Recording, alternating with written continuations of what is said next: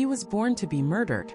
A dark prophecy whispered that a child, born of a forbidden union, would grow to strike down his own grandfather, a monstrous, one-eyed king who ruled with an iron fist and a gaze of death.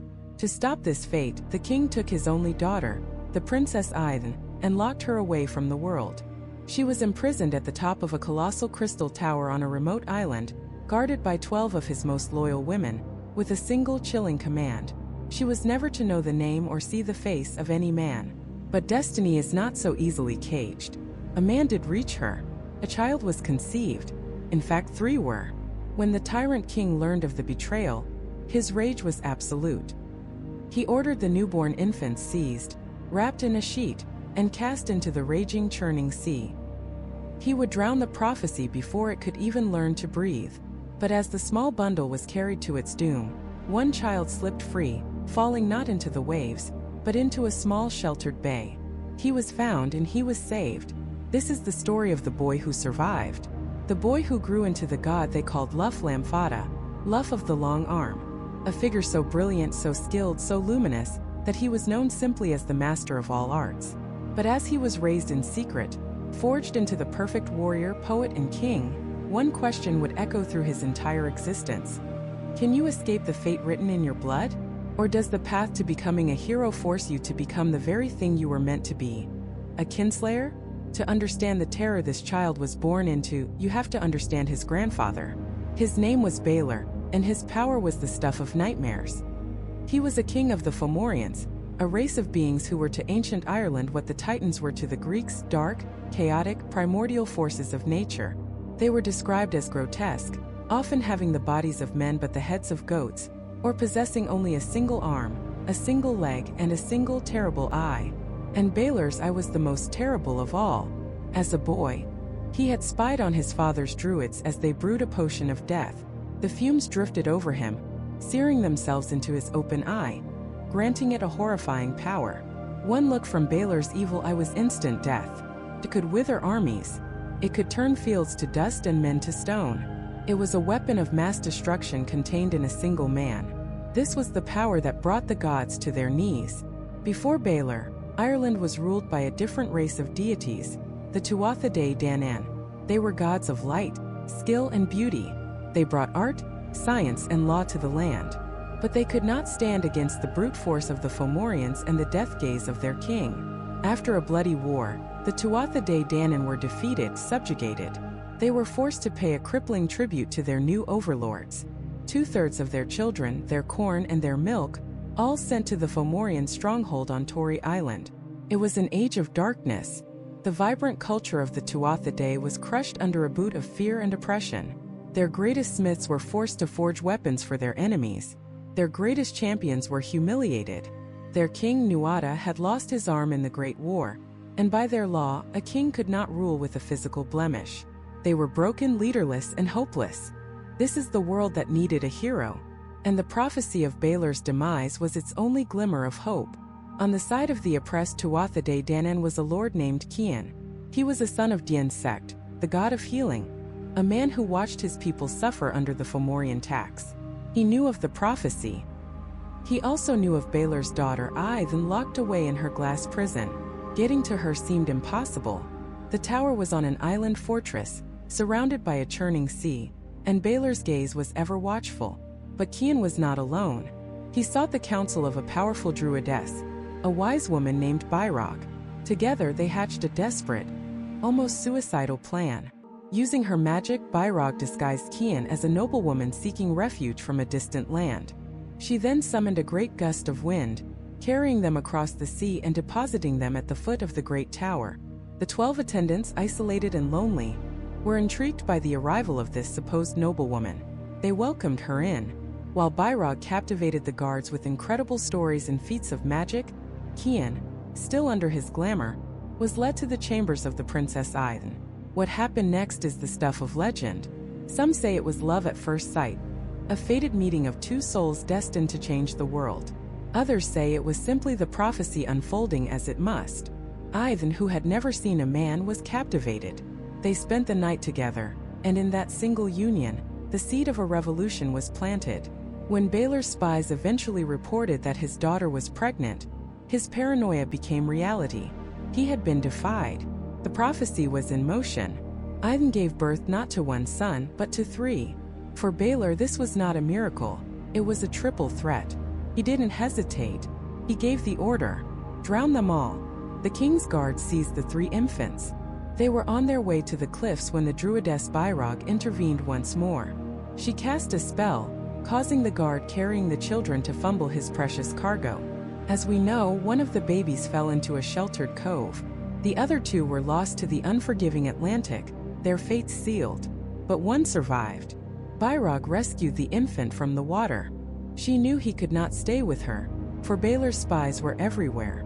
The child needed a guardian powerful enough to shield him from the most terrifying king in the world. And so she took him to a foster father unlike any other. Manannán mac Lir, the god of the sea.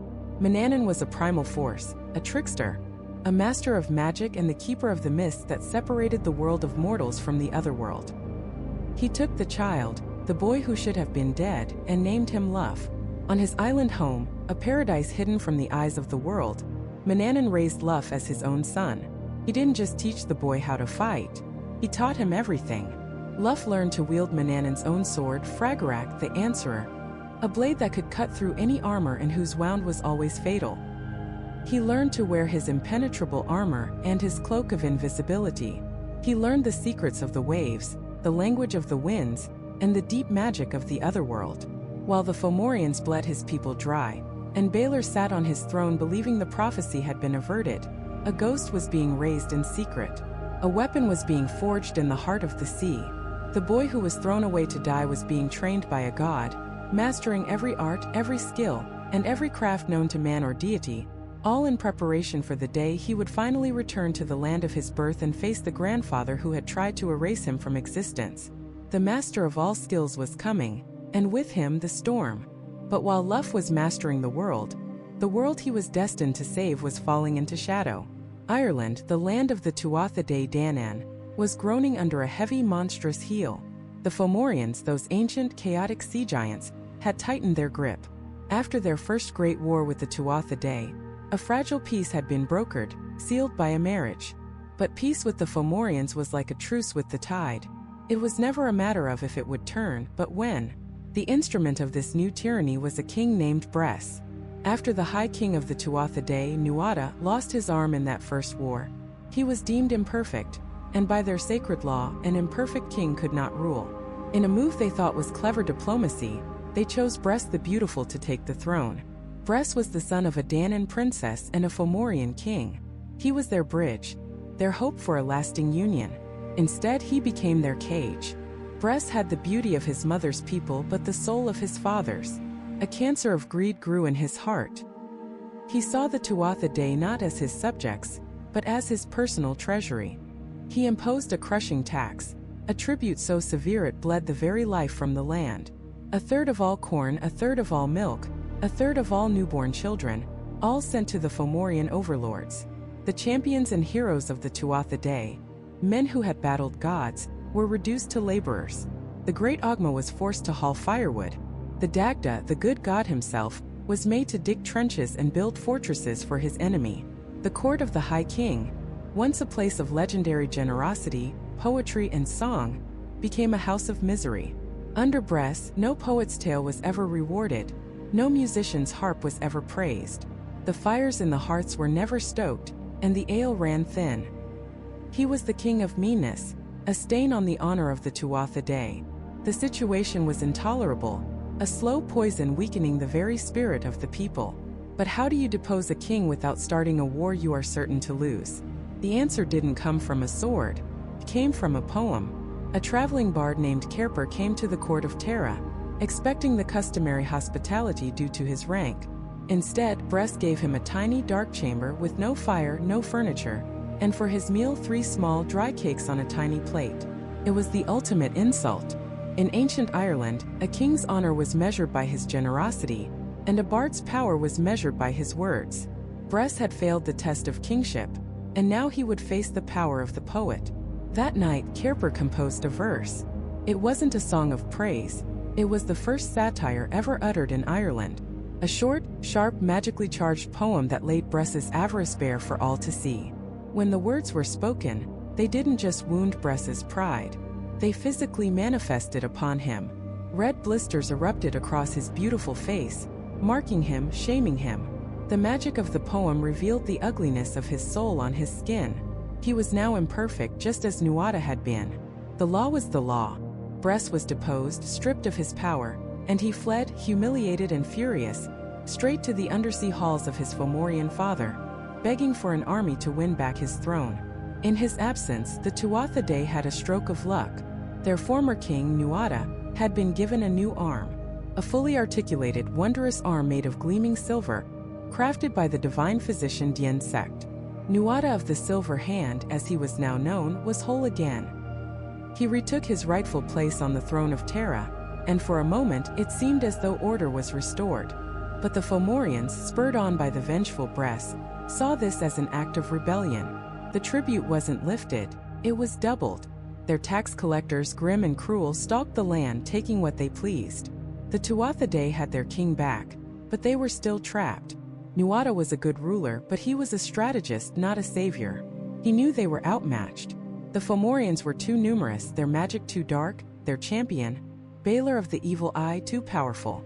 A deep gloom settled over the court at Tara. They were a people with a proud past and, it seemed, no future.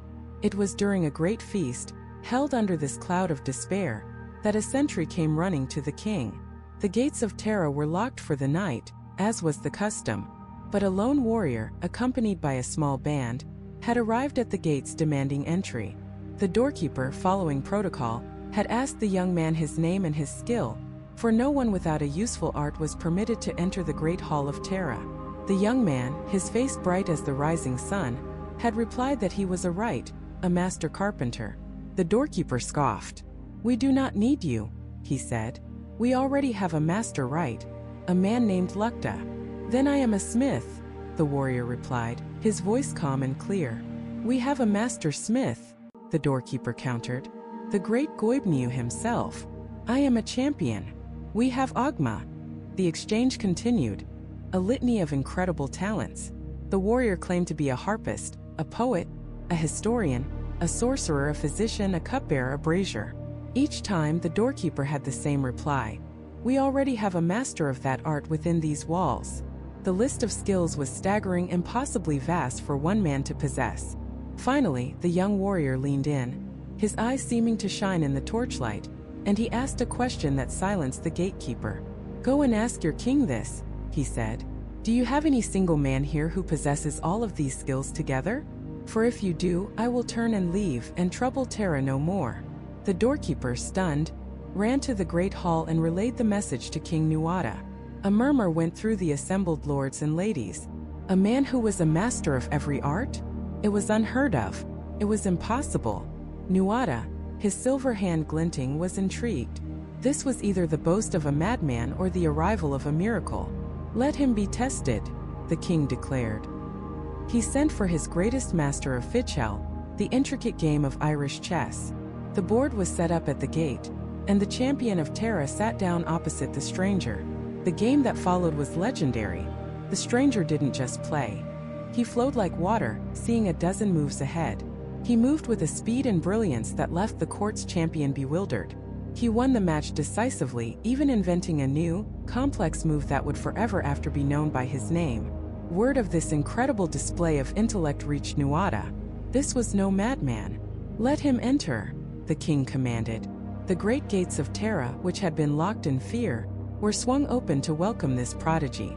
As he stepped into the hall, the light from the fire seemed to bend towards him. He was young, impossibly handsome, and carried himself with an aura of absolute confidence. He was Lugh, son of Cian and Aiden, grandson of Dien Sect on one side, and of Balor of the Evil Eye on the other. He had come home. King Tuatha, deeply impressed, offered him a seat among the champions. But Lugh's final, unplanned test was yet to come.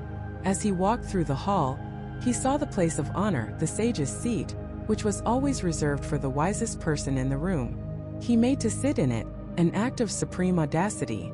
Before anyone could object, Tuatha pointed to a challenge that lay in the center of the hall. It was a massive circular flagstone, a stone so heavy it required 80 yoked oxen to move it an inch. It was a test of strength for the court's mightiest champions. Lugh simply smiled. He walked over to the immense stone, gripped its edge, and with a casual, fluid motion, he lifted it as if it were a pebble and hurled it out of the great hall, where it landed perfectly back in its rightful place in the outer courtyard. A collective gasp filled the room. This was not the strength of a man. It was the strength of a god. In that moment, King Tuatha knew. The prophecies, the whispers of a coming savior, were true. This was the one. He stood, his voice ringing with newfound hope. "Take the sage's seat," he commanded, "for you are the sage of all arts." He turned to his court, to the assembled warriors and poets of the Tuatha Dé Danann, and gave the young man his title, the name by which he would be known for all time. "This is Lugh Ildanach," he proclaimed. "Lugh, the master of all skills." The storm had broken, and the champion had arrived. The words echoed in the high-raftered hall of Tara, silencing the whispers, stilling the very air. Lugh Ildanach, the master of all skills. It was more than a title. It was a prophecy and a challenge all in one. The assembled gods and champions of the Tuatha Dé Danann looked at this young man, this half-blood with the fire of the sun in his eyes, and for the first time in a generation, they felt a flicker of something other than despair. It was a dangerous, unfamiliar feeling. It was hope, but hope was a currency in short supply. The splendor of Tara, with its carved wooden pillars and golden torques, was a beautiful mask hiding a deep and festering wound. For the Tuatha Dé Danann were not free. They were a conquered people, living under the heavy, suffocating shadow of the Fomorians. These were not simple enemies. The Fomorians were their kin, twisted and ancient, beings of chaos and the cold, dark sea. Their king was Balor of the Evil Eye, Lugh's own grandfather, a tyrant whose single malevolent gaze could wither armies to dust. Years ago, in the first great battle of Math Tuired, King Tuatha had lost his arm, and with it the throne. In the chaos that followed, the Fomorians had tightened their grip. Though Tuatha now reigned again, with an arm of gleaming, articulated silver crafted by the physician Dien sect, it was a kingship in name only. He was a king in chains. The price of their defeat was a tribute, a tax so cruel it was designed to break not just their treasury, but their spirit. Every year, at the festival of Samhain, the Fomorian tax collectors would arrive. They didn't demand gold or cattle. They demanded 2/3 of the kingdom's corn, 2/3 of its milk, and 2/3 of its children. It was a tax paid in sorrow, a constant reminder of their subjugation. Every family in Ireland lived with the gnawing fear that their child would be the next one chosen to be fostered in the cold, brutal halls of the Fomorians, raised as servants or worse. This was the Ireland that Lugh now walked into. He saw the truth behind the brave faces and the forced revelry. He saw the greatest heroes of the age drinking to forget the shame of their bondage. He saw Ogma, the champion of speech, whose words could bind or break a man, fall silent when the Fomorian name was spoken. He saw the Dagda, the good god, lord of abundance, whose magical cauldron could feed an endless army, presiding over a people slowly being starved of their future. Lugh did not celebrate his acceptance. He did not feast. He observed. He moved through the halls of Tara not as a brash newcomer, but as a physician diagnosing a disease. He listened to the warriors complain of Fomorian patrols. He heard the farmers weep over the coming harvest, knowing most of it was not for them. He saw the fear in the eyes of mothers and fathers. He sought out the masters, the ones whose skills had earned them a place in the pantheon. He went to the forge of Goibniu the smith, a place of ringing hammers and volcanic heat. "I have heard," Lugh said, his voice cutting through the din, "that no weapon forged by your hand has ever missed its mark or failed to kill its target." Goibniu, a mountain of a man with soot on his brow, wiped sweat with the back of his arm. "That is true, but a perfect spear is useless if the arm that throws it is shackled." "Then we must break the shackles," Lugh replied. "Can you arm an entire army? Can you make for them spears that fly true and swords that never dull?" The smith looked at the fire in Lugh's eyes, a fire that matched his own forge, and for the first time, he considered the impossible. "It would take time. And metal. More than we have." "Then we will find it," Lugh said and moved on. He went to Dien sect, the master physician, the one who had made Tuatha's silver arm. "I have heard you can heal any wound, save for decapitation." Dien sect nodded. his hands stained with the herbs of his trade. The body can be mended, but I cannot mend a broken will. But if the will is found, Lugh pressed, and the battle is joined, many will fall.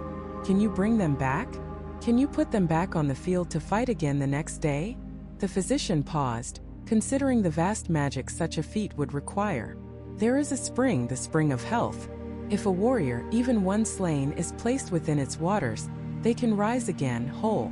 But it would require immense power to maintain it. Lugh stored this knowledge away. He spoke with every artisan, every poet, every sorcerer.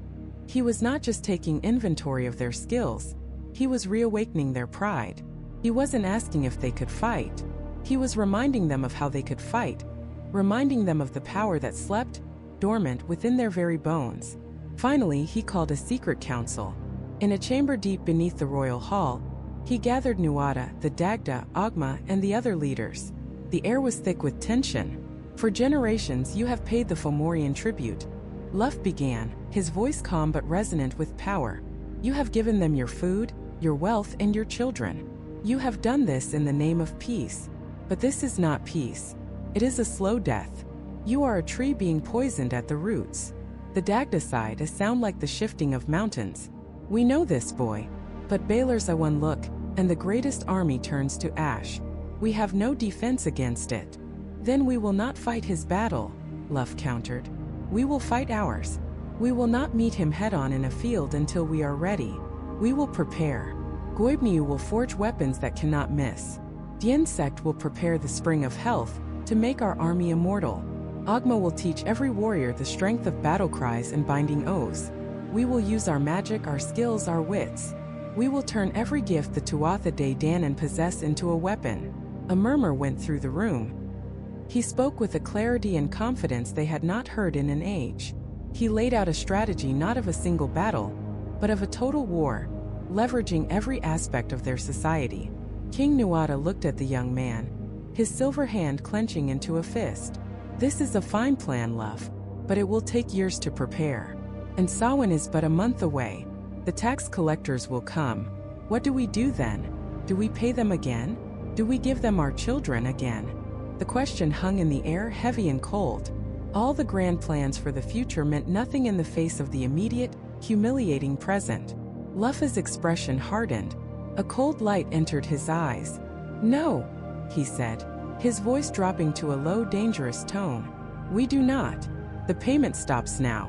And as if summoned by his very words, a commotion was heard from the hall above. Shouts of anger and fear. The heavy, arrogant tread of Fomorian boots. The tax collectors had arrived. There were 9 of them, led by a hulking brute named Bress, their faces scarred and sneering. They strode into the great hall of Terra as if they owned it, their armor of dark, unadorned iron a stark contrast to the gold and bronze of the Tuatha Dé. The court fell silent. Warriors who had faced down monsters now looked at the floor, unable to meet the collector's eyes. This was the ritual of their shame, played out year after year. Bress laughed, a grating sound. Well, well. Is the harvest ready for us? Are the children picked? We are eager to be on our way. King Tuatha and the others emerged from the council chamber, their faces grim. They knew what they must do. They knew they must submit just one more time, for the sake of the grand plan.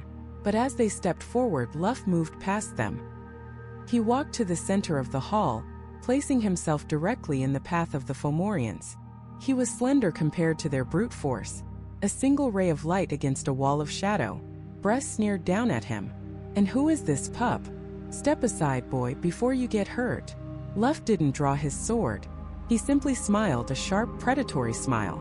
I am Lugh Ildanach, and I have a message for your master Balor. Before Bress could even react, Lugh moved. He was not just a warrior. He was a master of all skills. He moved with the speed of a striking snake and the grace of a dancer. He didn't kill them. Death would have been too simple, too quick a message. Instead, he systematically and utterly humiliated them. He used his sling stone to knock the helmet from Bress's head with a deafening clang. He disarmed another with a flick of his wrist, sending the Fomorian's own axe spinning into a wooden pillar. He used a druidic charm to make the legs of a third turn to jelly, sending him sprawling to the floor. In a matter of seconds, The 9 fearsome collectors were disarmed, bewildered, and on their knees, their arrogance shattered. Lugh stood over the trembling Bress, picked up his fallen helmet, and handed it back to him. "Here is my message," Lugh said, his voice ringing with absolute authority. "Go back to your king. Tell him the tribute has ended. Tell him the Tuatha Dé Danann will no longer give up their food, their milk, or their children. Tell him we have found our champion. And tell him that we are coming for him." He let them go. He let them scramble out of the Hall of Terra, carrying with them not a single grain of corn, but a declaration of war. As they fled, a profound silence fell over the court. The gods and warriors of the Tuatha Dé Danann stared, first at the empty doorway, and then at Lugh. The time for quiet submission was over. The master of all skills had not just won a skirmish, he had set a fire. And now, everyone in that hall knew, with a terrifying and exhilarating certainty, that the flames of that fire would soon engulf the world. The silence that followed was heavier than any stone, a suffocating blanket of awe and terror. In that great hall of Terra, kings and champions, poets and druids, looked at the young man who stood radiant in the torchlight, and they saw not just a challenger, but a reckoning. Every boast he had made, he had proven. Every skill he claimed, he had mastered. He was an impossibility made flesh, a living embodiment of their people's highest potential, a potential they had forgotten they even possessed. The air itself seemed to crackle around him, charged with the energy of a destiny finally unleashed. King Nuada, his silver hand resting on the arm of his throne, watched Lugh with an unreadable expression. 4 years, he had led the Tuatha Dé Danann with wisdom and courage, but always under the shadow of the Fomorian tribute, a constant, grinding humiliation. He had fought, he had schemed, he had held his people together through sheer force of will, but he knew in the deepest part of his soul that it was a slow, managed decline. They were not living, they were surviving.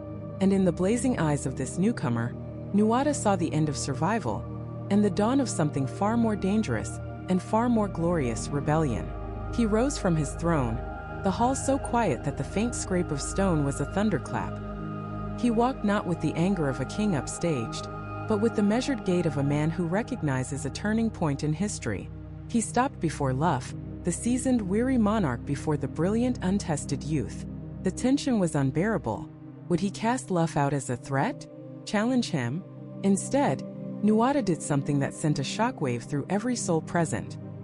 He unclasped the great golden brooch from his own cloak, the symbol of his authority, and held it out.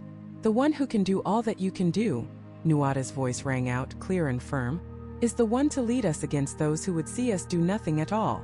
He didn't offer Lugh the kingship, not yet. That was not his to give. Instead, he offered something far more immediate, far more potent. "I place you in command of our forces. I give you the authority to prepare us for the war that is to come. For you are not just a master of skills, Lugh Ildanach. You are our hope." And as Lugh accepted the brooch, a roar of approval, of relief, of pure, unadulterated hope erupted from the assembled Tuatha Dé Danann. It was a sound that had not been heard in Terra for a generation.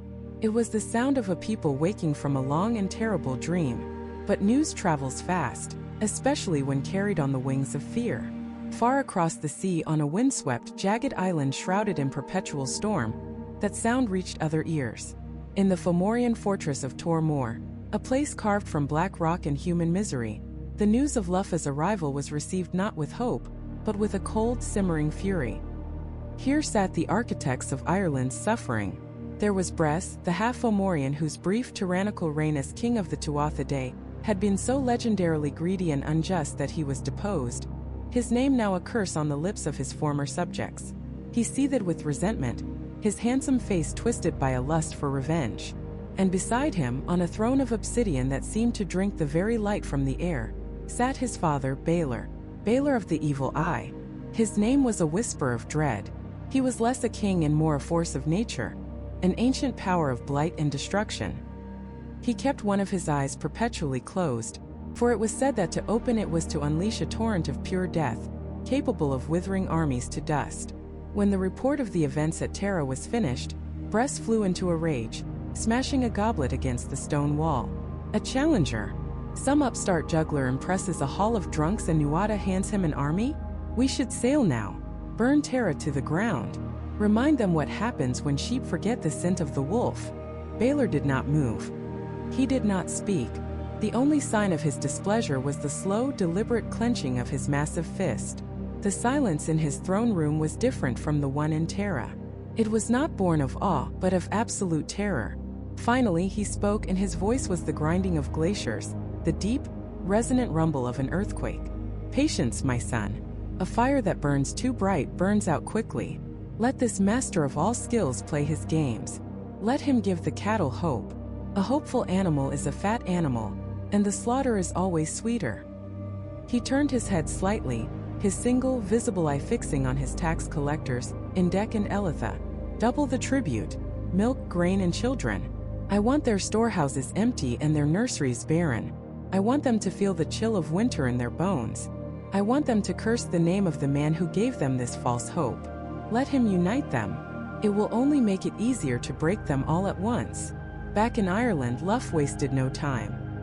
He knew that the Fomorian response would be swift and brutal. Hope was a beautiful thing, but it couldn't stop a Fomorian blade. Action was needed. He did not begin by drilling soldiers or forging swords. He began by doing something far more revolutionary. He began by talking. He went to every corner of the land, seeking out the masters of every craft. He sat with Goibniu the smith, not to command him, but to ask him what he needed. What metals, what fuel, what enchantments would allow him to forge weapons that would never miss their mark and shields that could never be broken. He went to Credon the brazier, the worker of bronze and gold, and to Lugh the Right, the master carpenter. He didn't see them as mere suppliers for an army. He saw them as the army itself. He understood that a war against the Fomorians wouldn't be won by brute force alone. It would be won by superior skill, superior technology, and superior strategy. He gathered the physicians, led by Dien Sect and his children, and tasked them with creating a well of healing, a place where the wounded could be restored overnight. He consulted with the druids, asking them to read the stars, to weave spells of confusion upon the enemy and courage upon their own. He spoke to the farmers, the brewers, the weavers, showing each of them how their specific skill, their daily work, was a vital thread in the tapestry of their liberation. For the first time, the Tuatha Dé Danann were not just a collection of powerful individuals. Lugh was transforming them into a single, integrated weapon. His true mastery was not just in knowing all skills, but in understanding how all skills work together. He was the ultimate strategist, the perfect general manager, seeing the entire battlefield of society and placing every piece where it would be most effective. The people, so long bowed by despair, began to stand taller. They worked with a feverish intensity, not out of fear of a king's command, but out of the burning desire to reclaim their own destiny. And then, just as Balor had intended, the fist of the Fomorians fell. It wasn't an invasion. It was something far more cruel, more personal. A fleet of Fomorian longships landed not at Tara, but at the coast near the forge of Goibniu. They didn't come to fight. They came to collect the double tribute. They stormed the workshops, seizing the finest bronze, the strongest woods. When the smiths and wrights resisted, they were cut down without mercy. But they didn't stop there. They went to the surrounding farms, taking not just the grain, but the children, as Balor had commanded. A young boy, the son of a prominent chieftain, was snatched from his mother's arms. The boy's name was Cian, and as the Fomorian ships pulled away from the shore, leaving behind a trail of death, fire, and a mother's inconsolable screams, they had no idea of the cataclysm they had just unleashed. Because that boy, Cian, was Lugh's father. When the news reached Lugh at Tara, the vibrant energy of hope that had filled the hall was instantly extinguished, replaced by a deadly, cold calm. He stood before the high throne, no longer the radiant youth, but a man forged into steel by a singular, terrible purpose. The time for preparation was over. The time for strategy and patience had been stolen from him. This was no longer a matter of national liberation. It was now a blood feud. He looked out at the assembled chieftains, his face a mask of controlled fury, and his voice, when he spoke, was not a shout, but a low, lethal promise that chilled them to the bone. They have taken my father. They have bled our people. Balor wanted to break our hope. Instead, he has sharpened it into a spear. We will not wait for them to come to us. We will take this war to their shores. We will tear down their fortress of stone. and I will not rest until I see Balor's evil eye staring up at me from the dirt." The words of the young god echoed across the assembly, not as a boast but as a vow. A silence fell, thick with the weight of generations of fear, but now for the first time it was pierced by a single sharp note of hope. That hope had a name: Lugh. There was no grand celebration, no time for ceremony. The Tuatha Dé Danann moved as one, their purpose forged anew in the fire of Lugh's resolve. They gathered their weapons, their shining armor, and their deepest magic, and marched to the coast, their faces set like stone against the sea spray. They did not sail in common ships. Under Lugh's direction, the master rites and druids had worked together, weaving spells of speed and protection into the very grain of the wood. Their fleet cut through the waves not with the brute force of oar and sail, but with an otherworldly grace, skimming the surface as if the sea itself were a willing ally. But the ocean that separated Ireland from the Fomorian domain was a treacherous, haunted place, and Balor's sorcerers were not idle. As the last sight of their own green shores faded into mist, the water began to change. The friendly blue-green darkened to a malevolent, inky black. A fog, thick and unnatural, rolled in, smelling not of salt but of decay and forgotten things. It was a Fomorian enchantment, designed to confuse, to separate the fleet, to fill the hearts of the warriors with a creeping cold dread. Panic began to whisper through the ships. Men gripped their swords, their knuckles white, seeing monstrous shapes in the swirling vapors. But Lugh stood at the prow of the lead ship, his bright face a beacon in the gloom. He held no magical artifact, no glowing stone. He simply raised his head and began to sing. It was an ancient song of navigation, a lay of the stars and the secret currents of the world. His voice, clear and powerful, cut through the enchanted fog like a blade. It carried across the water to every ship, and as the Tuatha Dé listened, the fear in their hearts subsided. They remembered the sun, the sky, the unwavering paths of the constellations. The Fomorian magic, built on fear and disorientation, found no purchase. The fog thinned, shredded by the power of Lugh's song, and the fleet sailed on, united and resolute. The Fomorians, sensing their first spell had failed, sent a greater challenge. The sea began to boil. From the depths rose their monstrous pets, behemoths of scale and tentacle, with eyes that glowed with cold, hateful light. Creatures that had not been seen in the world for an age, summoned to drag the ships of the Tuatha Dé Danann into the abyss. A kraken vast enough to crush a ship in a single embrace rose before Lugh's vessel, its roar a physical blow of sound and pressure. While other warriors prepared to throw their spears, a futile gesture against such a beast, Lugh was already in motion. He didn't reach for his great spear. Instead, he grabbed a length of rope, and with the deftness of a master sailor, he tied a series of intricate, impossible knots. He chanted a single word, a name for the sea itself, and hurled the knotted rope into the water. The moment it touched the waves, the rope transformed. It became a serpent of pure, white-hot light, coiling and striking with blinding speed. It wrapped itself around the kraken, not constricting it, but burning it with a fire that water could not quench. The sea monster shrieked, a sound that tore at the very air, and retreated back into the black depths from which it came. Lugh had defeated a leviathan not with strength, but with the simple art of a sailor and a single word of power. He was a master of all skills, and every art was his weapon. Finally, through the clearing mists they saw it. The Fomorian fortress. It was not built, so much as it was vomited onto the shore. A jagged, sprawling citadel of black, oily stone that seemed to absorb the light around it. Twisted towers clawed at the sky, and the very air around it felt heavy, oppressed. This was the heart of their enemy, the source of the shadow that had fallen over their land for so long. And lining the shores, standing in the churning, blood-colored surf, were the Fomorians themselves. They were a nightmare legion, giants with single, baleful eyes, twisted warriors with the heads of goats and bulls, their bodies a grotesque mockery of the human form. They carried crude, massive axes and black iron swords that drank the daylight. They did not shout war cries. They emitted a low, guttural growl, the sound of a predator waiting for its prey. The magical ships of the Tuatha Dé Danann did not stop. They did not look for a safe harbor. Lugh gave the command, and the entire fleet drove straight for the shore, aiming to beach themselves directly in the face of the enemy. The moment the hulls ground against the sand and rock, the ramps slammed down and the charge began.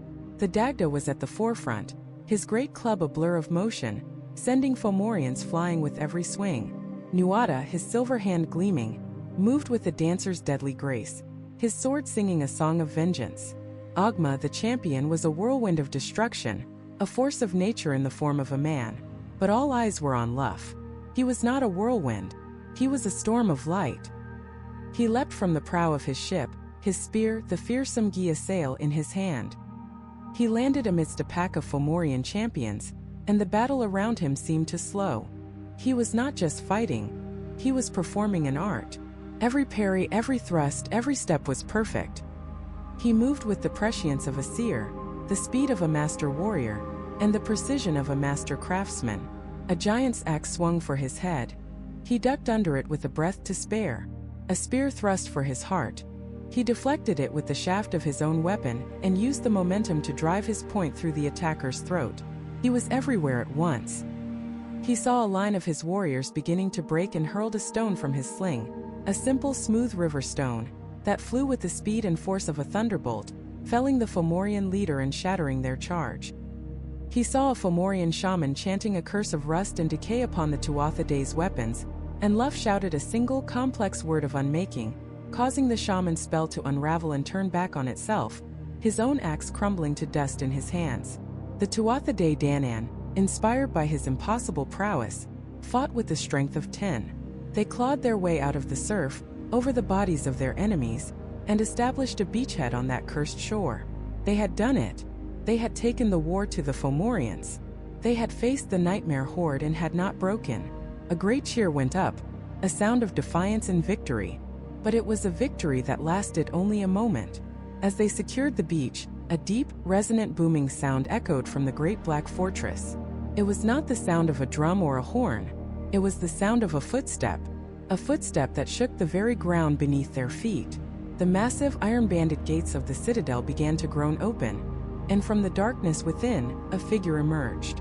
It was larger than any of the giants they had just fought, clad in armor made from the scales of some unknown sea dragon. In one hand it held a club that was the trunk of an entire petrified tree. But it was the head that froze the blood. It had no face, only a single massive unblinking eye, set in the center of its forehead, an eye that swirled with malice and ancient power. This was not just another soldier. This was Balor's personal champion. And as it took another earth-shaking step forward, the Tuatha Dé Danann realized the battle for the beach was over. The war for their very existence had just begun. The champion didn't run. Didn't need to. It was a walking siege engine, a mobile fortress of muscle and dark iron. Each step was a tremor. Each swing of its colossal axe a whirlwind of death. The Tuatha Dé Danann, the shining hosts, the people of the arts and the light, broke before it. Their perfectly forged swords shattered against its armor. Their bravest warriors were swatted aside like flies. The beach, once a stage for their glorious landing, had become a slaughterhouse. King Tuatha, his silver hand gleaming in the blood-red twilight, roared the order for retreat. It was a word that tasted like ash in his mouth, a command he never thought he'd give. But to stay was to be annihilated. They fell back, not in a panicked rout, but in a grim fighting withdrawal. The warriors of the Fianna formed a rearguard, selling their lives dearly for every inch of ground, buying time for the main force to pull back from the coast and into the dense woods and rolling hills of their new land. They could hear the Fomorian war horns baying behind them, a sound of pure predatory triumph. They had won the beachhead, but the cost was staggering. The Fomorians had not just met their attack, they had contemptuously thrown it back into the sea. And now that champion, that walking avatar of Balor's might, was the anchor of a new Fomorian front line. It stood on the shore unbreachable, a dark monument to their failure. Hours later, in the main encampment of the Tuatha Dé, the silence was heavier than any battle cry. Fires burned low, casting long, dancing shadows that looked like grasping Fomorian claws. The healers, led by the Great Dien sect, moved among the wounded, but their faces were masks of grim frustration. These were not clean wounds of sword and spear. The Fomorian weapons were cruel, barbed, and seemed to carry a withering curse. Wounds that should have closed festered. Men of legendary constitution shivered with unnatural fevers. Every pained groan was a testament to a deeper poison at work. This wasn't just a war of armies, it was a war on life itself. In the center of the camp, in the great pavilion that served as his throne room, King Nuada sat with his council. The greatest beings in all of Ireland were gathered there. Yet the room felt small, suffocated by the enormity of their defeat. The Dagda, the good god, master of abundance and magic, stood with his great club leaned against a tent pole, his brow furrowed in thought. Ogma, the champion of the Tuatha Dé, the inventor of writing, a warrior whose strength was the stuff of epic poems, stared into the fire, his hands clenched so tight his knuckles were white. Goibniu the smith, Lugh the carpenter, Credan the goldsmith, the three great artisans who had crafted their divine weapons, all were there, their faces etched with a craftsman's despair, seeing their perfect creations fail against a brute unstoppable force. Finally Nuada spoke, his voice quiet but carrying the weight of his kingship. He looked directly at Ogma. You saw it. You were closest. Your strength is our bedrock. Tell me, son of Elitha, can you face this thing in single combat? Can you break it?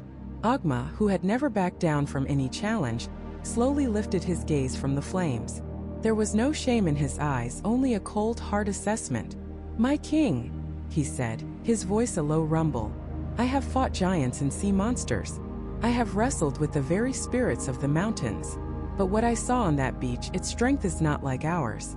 It is not the strength of a developed muscle or a practiced arm. It is the strength of the crashing wave, of the falling mountain. It is raw elemental. To fight it hand to hand would be like trying to wrestle the tide. I could hold it for a time, but the tide always wins. I cannot break it alone. A chill deeper than the night air settled over the council. If Ogma, their champion, could not face it, who could? Nuada turned his gaze to the Dagda. My lord Dagda, your wisdom is as vast as your power.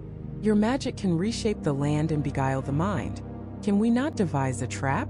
A spell, a great working of the earth to contain it, to hold it fast so that our combined forces might overwhelm it?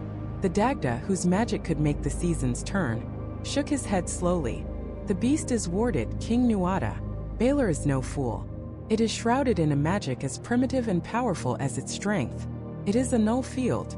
Our intricate spells, the subtle weavings of power we command, they would unravel before they even touched its hide.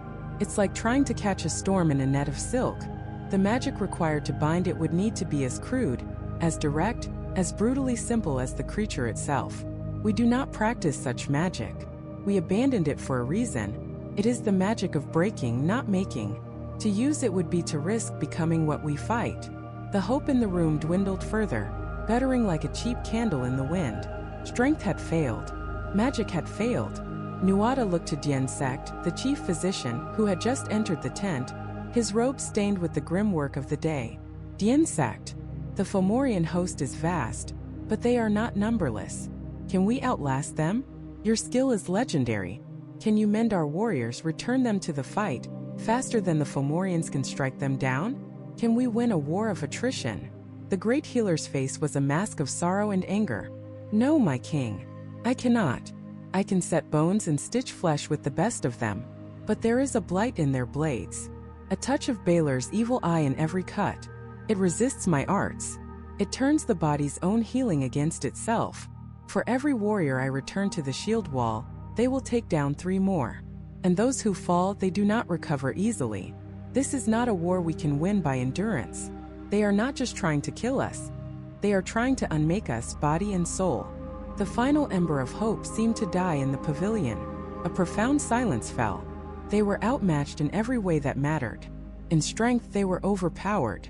In magic, they were nullified. In endurance, they were cursed. All their individual masteries, all their specialized skills that had made them the most advanced civilization the world had ever known were useless. They were a gathering of the greatest specialists on Earth, facing a problem that required something more. They needed a new kind of weapon, a new kind of warrior, a new way of thinking. Nuada slumped in his throne, the silver of his hand seeming less a symbol of his resilience and more a reminder of his own vulnerability. He looked at the faces of his council, the strongest, the wisest, the most skilled beings he knew, and saw in their eyes the same reflection of his own despair. The war was barely a day old and it already felt lost. It was then that the guard at the entrance to the pavilion cleared his throat, his voice hesitant. My king, there is someone here. He insists on speaking with the council. Nuada looked up, his expression weary. We are not to be disturbed. Send him away." "I tried, my lord," the guard stammered, "but he would not be turned away. He says he has the answer." A flicker of annoyance crossed the faces of the council. "The answer? Here. From some upstart with no grasp of the situation? Who is it?" the Dagda asked, his voice heavy. "It is the young man from the gate, my lord. The one they call Lugh Fada."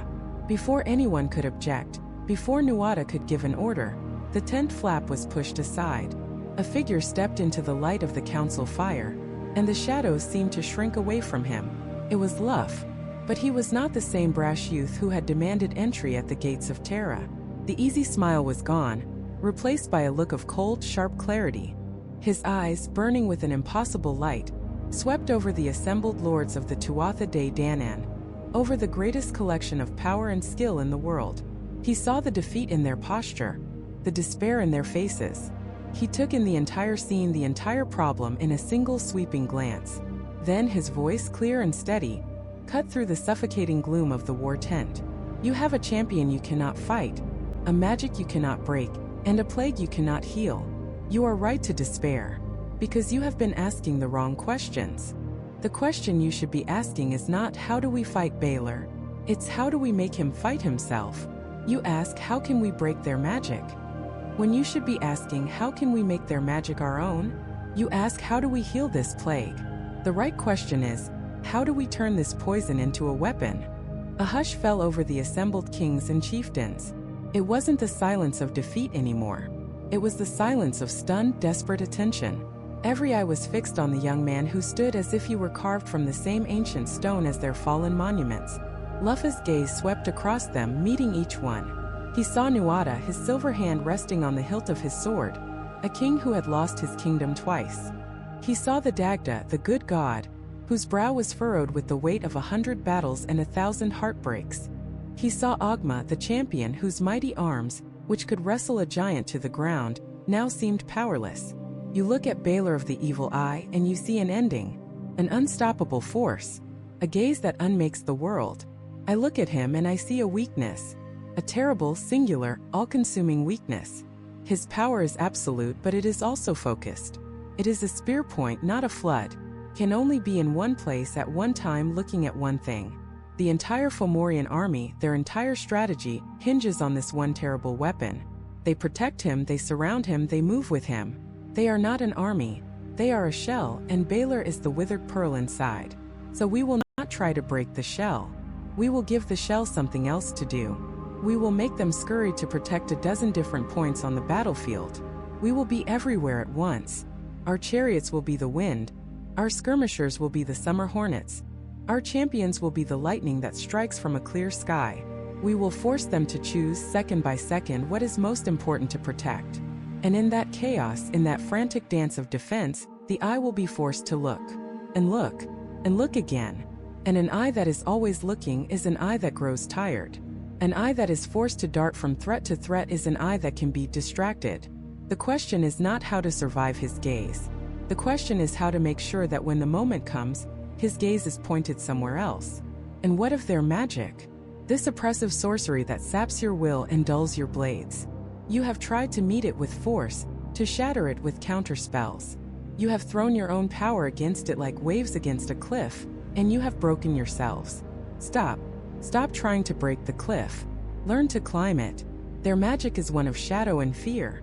It is heavy, slow, and rooted in despair. Feeds on your belief that you have already lost. So we will give them no despair to feed on. We will answer their dirges with battle cries. We will answer their shadows with fire. Goibni the smith. You will not just forge swords and spears. You will forge light. Every shield boss will be polished to a mirror's sheen. Every helmet's crest will be of shining silver and brilliant bronze. When we march, we will be a river of light, so bright it hurts their eyes to look upon us. We will be the dawn, and shadows flee from the dawn. To our druids and sorcerers, stop trying to unweave their spells. You are wasting your strength. Instead, you will weave our own. But not spells of power, not spells of destruction. You will weave spells of clarity, of truth. You will enchant our warriors' eyes so they see through the Fomorians' illusions. You will enchant their ears so they hear only the commands of their captains. not the whispers of fear. Their magic creates a fog of war. We will give our soldiers the sight to see right through it. We will make their greatest weapon a useless parlor trick. We will not break their magic. We will simply make it irrelevant. And the plague, the creeping blight that withers your crops and poisons your wells, the sickness that takes your children in the night, you see it as a curse from the Fomorian gods. And you are right. The insect, your healing is legendary, but you are trying to heal the symptoms one person at a time. It's like trying to empty the ocean with a cup. This is not just a sickness of the body, it is a sickness of the land. The Fomorians have taught the very soil to hate us. So we will remind the soil who its true masters are. The Dagda, your cauldron is not just for feeding armies. It is the undri from which no one comes away unsatisfied. Its magic is that of life and abundance. We will take water from that cauldron, and our druids will bless it. We will not give it to the sick. We will give it back to the earth. We will pour it into every well, every stream, every river in this land. We will feed the land itself from the cauldron of the good God, and we will starve this plague at its root. We will teach the water to sing again. We will teach the soil to remember the sun. We will heal the land, and the land will heal its people. We will turn their deepest curse into a blessing that will make this island fertile for 1,000 years. Lugh paused, his voice, which had been a ringing command, softened. He looked at them, truly looked at them, and saw not just kings and gods but his family. His grandfather, Tuatha. His other grandfather, the Dagda. He saw the faces of a people on the brink of annihilation. A people who had forgotten their own glory. They call you the Tuatha Dé Danann, the people of the goddess Danu. She is the mother of rivers, of the wind, of the fertile earth. Her power flows through your veins. You are the masters of art and science, of poetry and magic. You brought the 4 great treasures to this island, the stone of destiny that cries out beneath the true king, the sword of light that no one can escape, the cauldron of the Dagda that can feed an endless army, and my spear, the spear of Lugh that thirsts for victory. These are not relics of a forgotten age. They are your birthright. The Fomorians rule through brute force and terror. They are tax collectors. They are bullies. They are an occupying army. But you are Ireland. You are the magic in the soil, the ingenuity in the hand, the poetry on the tongue. You have spent so long cowering under their shadow that you have forgotten you are the sun. The question is not, can we survive? The question has never been, can we survive? Look at me. I am Lugh Fada of the long arm. I am the son of Cian of the Tuatha Dé, and I am the grandson of Balor of the Fomorians. I am of both your bloods, and I tell you now, their time is over. Our time has come. The only question left to answer is this: how brightly will we shine when we claim our victory? Silence. The air in the tent was thick, but it was no longer the thickness of despair. It was the charged electric silence before a storm. Then a sound, a scrape of metal on stone. Ogma, the champion, had risen to his feet, his chair pushed back. He drew his massive sword, its surface dull and stained from years of hopeless skirmishing. He held it aloft, not in salute but as a pledge. Then another sound, the clang of a silver fist on a wooden table. Tuatha was standing. His face, etched with a generation of loss, had a new light in its eyes. Hope, fierce and dangerous. One by one they rose. The Dagda Goibniu Dien sect. The kings and queens, the heroes and the mages. A forest of steel and resolve grew in the flickering torchlight. The low murmur of defeated men was gone, replaced by a rising hum of energy, a rediscovery of purpose. For the first time in a generation, the children of Danu were not planning how to die. They were learning from a boy who was master of all skills how to win. And the first lesson was over. Now the work would begin. The air in Terra, which had been thick with the stench of despair, now crackled with the ozone of a coming storm. The work was not just of hammer and sword, but of mind and spirit. Lugh moved through the halls and fields of the Tuatha Dé Danann not as a king issuing orders from a throne, but as a master craftsman walking his workshop, tuning every instrument, sharpening every tool. He was the ultimate project manager, the divine strategist, and his project was the reclamation of a soul. He went first to the forges, where the great smith Goibniu hammered out his grief into misshapen lumps of iron. Lugh didn't command him. He collaborated. He spoke to Goibniu not of vengeance but of perfection. He described a spear that would not just pierce Fomorian flesh, but would fly from the hand with unerring purpose, a sword whose edge could never be turned, a shield that could drink the force of a giant's blow. He spoke of physics and magic as if they were one and the same, and Goibniu, his spirit rekindled by the challenge, felt the fire in his own heart burn hotter than the coals of his forge. Soon the rhythmic clang of his hammer was not a sound of mourning, but the heartbeat of a resurgent nation. From his forge came weapons that were not merely tools of war, but extensions of the warrior's will, each one a masterpiece of lethal art. Next, Lugh sought out Dian Sect, the master physician, whose children had been instrumental in crafting Nuada's silver arm. Dian Sect was a genius of restoration, but he was accustomed to healing one patient at a time. Lugh presented him with a problem of impossible scale. How do you heal an army in the heat of battle? How do you make your forces tireless, relentless, seemingly immortal?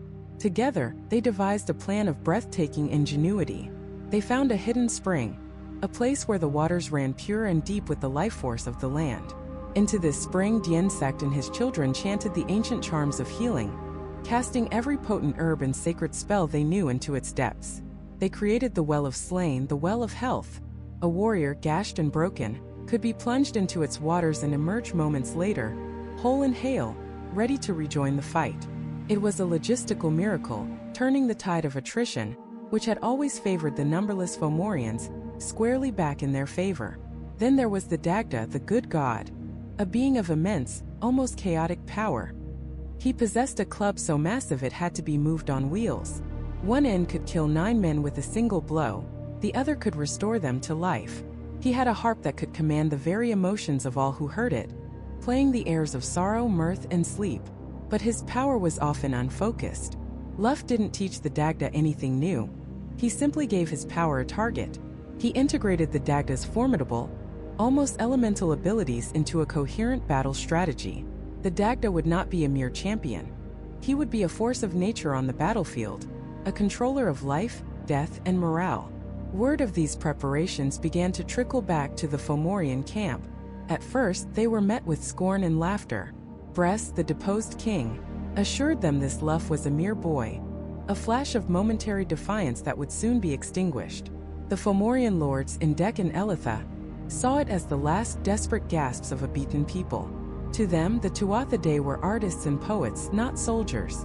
They decided to send a delegation to Tara, not to negotiate, but to mock, to spy, and to remind the children of Danu of their place. The Dagda was chosen to meet them. The Fomorians, in a show of contemptuous hospitality, prepared him a meal.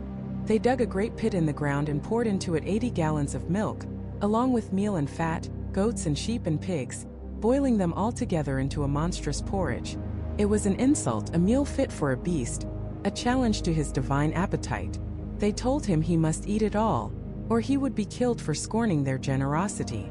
The Dagda looked at the steaming pit, a lake of thick, lumpy gruel, and simply smiled. He took out a ladle so large it could hold 5 people, and he began to eat. He scraped the pit clean, down to the gravel and the soil, swallowing it all. The Fomorian champions watched, their sneering smiles slowly fading into looks of disbelief and then, for the first time, a flicker of unease. The Dagda, his belly full, leaned back and fell into a deep sleep. His snoring, they said, was like the sound of a winter storm. He had not just met their challenge, he had devoured their contempt. The spies returned to their camp not with tales of a broken people, but of a god who could eat the very earth from under their feet. The unease in the Fomorian camp began to fester. This was not the same enemy they had crushed before. This was something new, something organized. Balor of the Evil Eye, from within his fortress on Tory Island, felt the shift in the balance of power. His single venomous eye, which could kill with a glance and was kept shut by 4 attendants, grew restless beneath its heavy lid. He saw past the boasts of his generals. He saw the fire of the forges, he heard the whispers of the healing well, and he felt the deep, resonant magic of the Dagda's harp. And at the center of it all, he sensed a presence, a mind so bright and multifaceted it was like a sun dawning in the west. He sensed Lugh. Back in Tara, the final preparations were made. The army of the Tuatha Dé Danann was transformed. They were no longer a militia of gifted individuals. They were a single cohesive entity. Their warriors bore spears that flew true and swords that never dulled. Their healers could erase the wounds of battle in an instant. Their mages and druids, led by the Morrigan, the great queen of phantoms and war, wove spells of confusion and fear to confound their enemies. And leading them all was Lugh, his face bright as the rising sun, riding in a chariot pulled by splendid horses from the land of promise. He wore Nuada's crown, but he carried the weight of their future not as a burden, but as a mantle of destiny.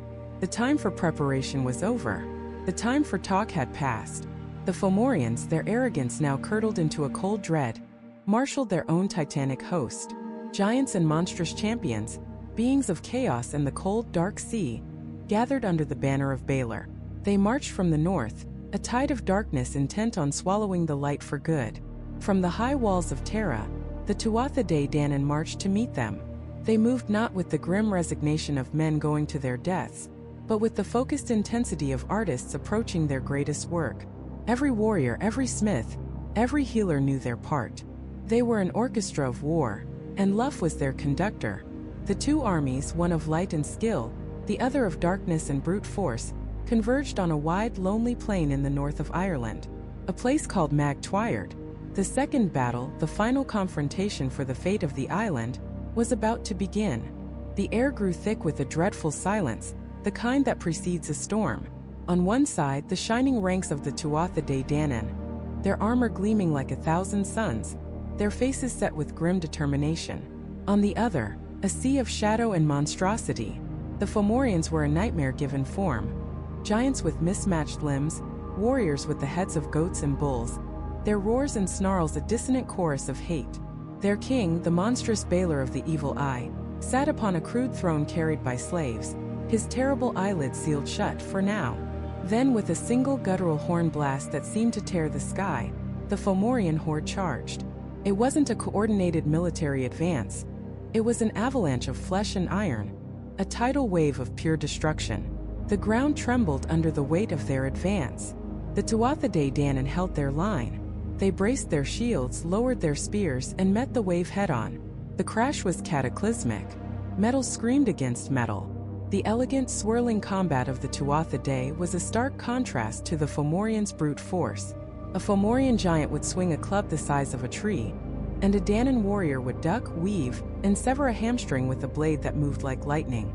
But for every monster that fell, two more seemed to take its place. The sheer numbers were overwhelming. Yet Lugh had prepared his people for this. He had not just trained them, he had revolutionized their entire way of war. Goibniu the smith, Lugh the carpenter, and Credan the brazier worked tirelessly behind the lines. Spears and swords that broke in the fray were brought to them, and in a matter of moments, they were magically repaired, as good as new. A warrior would fall, grievously wounded, and be carried to the Well of Slain, a secret spring blessed by the healer god Yen sect. Submerged in its waters, their wounds would vanish, their strength would return, and they would rush back to the front lines, renewed and ready for battle. For days, the battle raged in this stalemate. The Fomorians would inflict horrific casualties, only to see the same warriors they had just cut down return to the fight, whole and hale. The Tuatha Dé Danann, with their magical supply lines and miraculous healing, seemed invincible. The Fomorian generals grew frustrated. Their advantage in numbers was being neutralized by something they couldn't comprehend: superior skill, strategy, and a touch of the divine. Indec, one of the Fomorian kings, realized the source of their enemies' resilience. He sent a squadron of his strongest warriors, led by a cyclops named Ruadan, with a single objective: destroy the well. They smashed through the Danann lines, ignoring everything but their target. They found the Well of Slain, and with a great heave, they began filling it with massive stones, choking its magical flow one rock at a time. Goibniu the smith, seeing the threat, hurled a spear and ran Ruadan through. But as the Cyclops fell, he threw his own spear with his dying breath, and it pierced Goibniu a mortal wound. The great smith was carried from the field, and the well was lost. The tide of the battle was beginning to turn. With the well gone, every wound was now permanent. Every death was final. The Fomorians roared in triumph, sensing victory. They pushed forward with renewed ferocity, and the Danann line began to buckle. The losses were mounting. Hope began to fade. And that is when Balor decided to end it. He ordered his attendants to bring him to the front. The earth groaned as his throne was moved into position. The Fomorian army parted before him, a wave of fear and reverence washing through their own ranks. Even they were terrified of what their king was about to unleash. King Tuatha, his silver hand glinting in the dim light, saw the threat immediately. He knew what was coming. He moved to intercept, to protect his people from the ultimate weapon. Balor's attendants took hold of a large, iron hook that was pierced through his massive eyelid. They began to pull, the muscles in their backs straining. The lid was heavy, weighted down with lead to keep it from opening by accident. Slowly, groaning like a tombstone being dragged across the earth, the eyelid began to lift. Beneath it was not a normal eye. It was a swirling orb of red and black, a vortex of pure death. It was a gateway to oblivion. The eye had been poisoned in his youth by the fumes of his father's druidic concoctions, granting it the power to kill anything it looked upon. A terrible, burning heat radiated from it, withering the very grass on the plain. The Fomorian warriors in front of Balor fell to their knees, shielding their faces, crawling away from the horrifying gaze. The Tuatha Dé Danann froze. A silence fell over the battlefield, a silence born not of peace, but of absolute, paralyzing terror. "Stand against me if you dare," Balor's voice boomed, a sound like grinding stones. Tuatha, king of the Tuatha Dé Danann, did not flinch. He raised his sword. "For the freedom of Ireland," he shouted, and charged the Fomorian king. He was fast, a blur of silver and steel, but he was not fast enough. Balor's gaze fell upon him. For a split second, Tuatha was bathed in a sickly red light. And then, he and his royal guard were simply gone. Not slain, not wounded. They were erased, turned to ash and dust on the wind. A collective gasp of horror and despair rose from the Danann ranks. Their king was dead. Their hope was extinguished. The battle was lost. They began to fall back, their perfect formations dissolving into a panicked retreat. But then, a single figure strode through the retreating soldiers, moving against the current of fear. He was young, his face radiating a light that seemed to push back against the oppressive gloom of Balor's presence. He carried no shield, only a simple sling in his hand. It was Lugh. He walked calmly onto the open ground between the two armies, placing himself directly in Balor's line of sight. "Balor of the Fomorians," he called out, his voice clear and ringing with an authority that defied his years. "Tyrant, oppressor, grandfather." Balor squinted, his one good eye focusing on the lone warrior.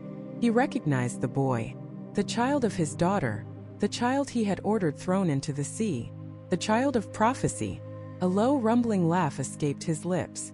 "So the prophecy comes to meet its end. You think you can stand against me, boy? I am Lugh of the Long Arm," he declared, his voice rising, a rallying cry for his faltering people. "And I have mastered every art and every skill.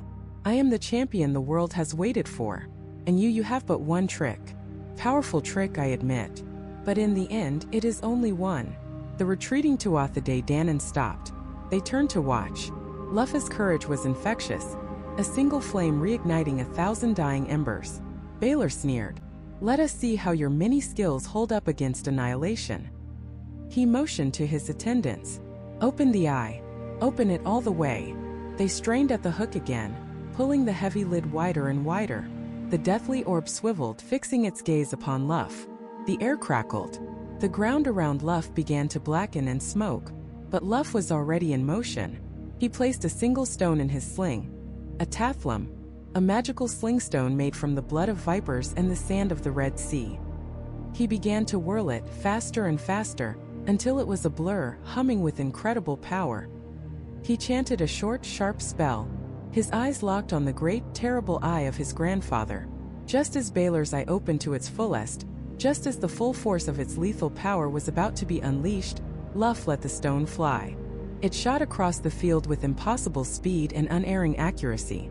It didn't just strike the eye. It flew into the eye, driving straight through the pupil, through the gelatinous horror of the orb, and out the back of Balor's skull, taking most of his brain with it. For a moment there was a stunned silence. Balor stood motionless, his giant eye now a gaping black hole. The red light flickered and died. Then the Fomorian king swayed, and fell forward like a felled mountain, his colossal body crushing a score of his own warriors beneath him. The spell of fear was broken. The greatest weapon of the Fomorians was gone. Lugh raised his arm and let out a roar of victory, and the Tuatha Dé Danann answered him, their voices thundering across the plain. Their despair turned to rage, their fear to courage. They charged, a renewed, shining wave of vengeance, and crashed into the terrified and leaderless Fomorian ranks. The slaughter was immense. The Fomorians, broken and routed, fled for the sea, hounded every step of the way. The battle was over. The war was won. But even in victory, Lugh's mind was already on the future. He was not a brute who reveled in slaughter. He was a builder, a strategist. He knew that true victory wasn't just about winning a war, but about securing the peace that followed. As the Tuatha Dé Danann rounded up the Fomorian survivors, one prisoner was of particular interest, the deposed king Bress. Bress was brought before Lugh in chains, his arrogance replaced by a desperate fear. He fully expected to be executed. Lugh, however, saw an opportunity. He looked at the former tyrant and asked him a simple question. How shall the men of Ireland plow? How shall they sow? And how shall they reap? He was asking for the foundational knowledge of civilization itself. Bress, seeing a chance to save his own life, bargained. He offered to reveal the secrets of agriculture. He told Lugh and the Tuatha Dé Danann the proper days for each task. On the Tuesday for plowing, he said. On the Friday for sowing, and on the Tuesday for reaping. With this knowledge, Lugh did something extraordinary. He spared Bress's life. This wasn't an act of weakness, but one of profound wisdom. By killing Bress, he would gain vengeance. By sparing him, he gained the knowledge that would feed his people for generations to come, ensuring that the land would be as bountiful as their victory was glorious. Lugh secured the future not with the sword, but with the promise of grain. And so began the reign of Lugh Lam Fada. For 40 years, he sat on the throne of Ireland as the High King.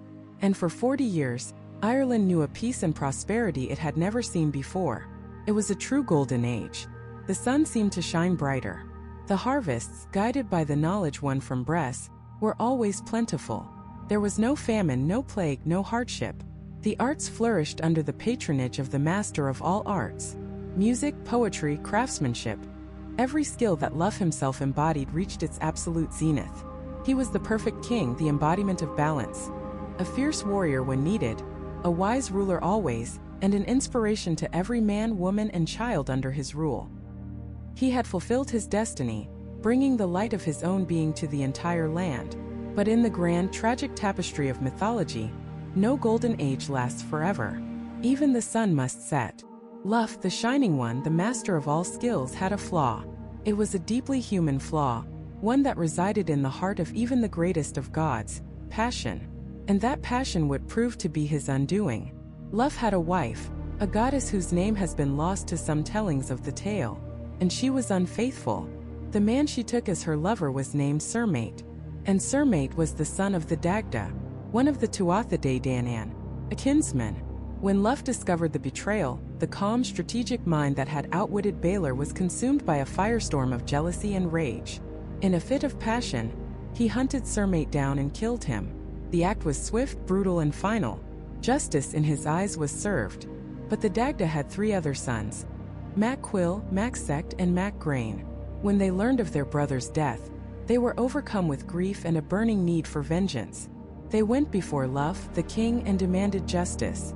According to the ancient laws, a life had been taken, and a blood price, an Iraic, had to be paid.